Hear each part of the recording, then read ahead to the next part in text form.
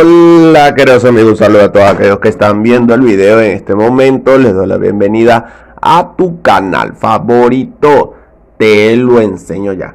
En este video te enseñaré a cómo invitar amigos en Ludo Club o cómo agregar amigos en Ludo Club de una manera muy pero muy fácil y sencilla, así que te invito a quedarte a ver todo el video.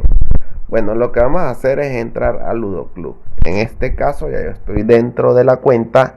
Entonces, por ejemplo, cuando vayamos a crear una sala, por ejemplo, yo voy a crear una donde dice amigos, ok, tienen que seleccionar donde dice amigos, le dan allí, entonces seleccionan algunas de las modos, ya sea clásico o rush. Yo en este caso voy a seleccionar clásico y luego le doy en crear.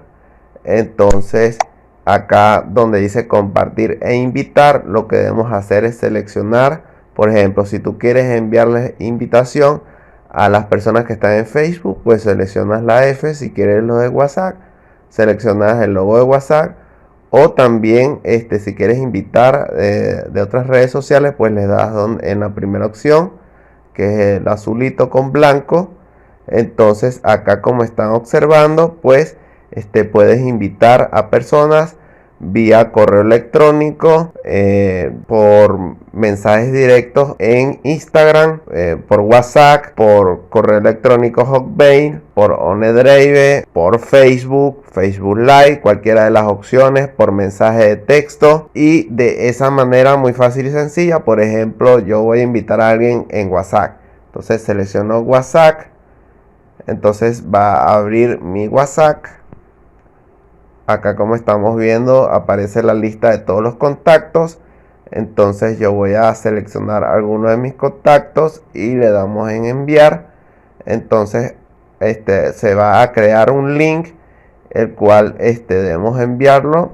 Entonces la persona lo que tiene que hacer es, por ejemplo, entrar directamente al link que envié, o si no, por ejemplo, cuando ellos estén dentro de la aplicación de Ludo Club, pues lo que tienen que hacer es, en el caso yo voy a salir acá para que ustedes vean cómo es que ellos tienen que hacer.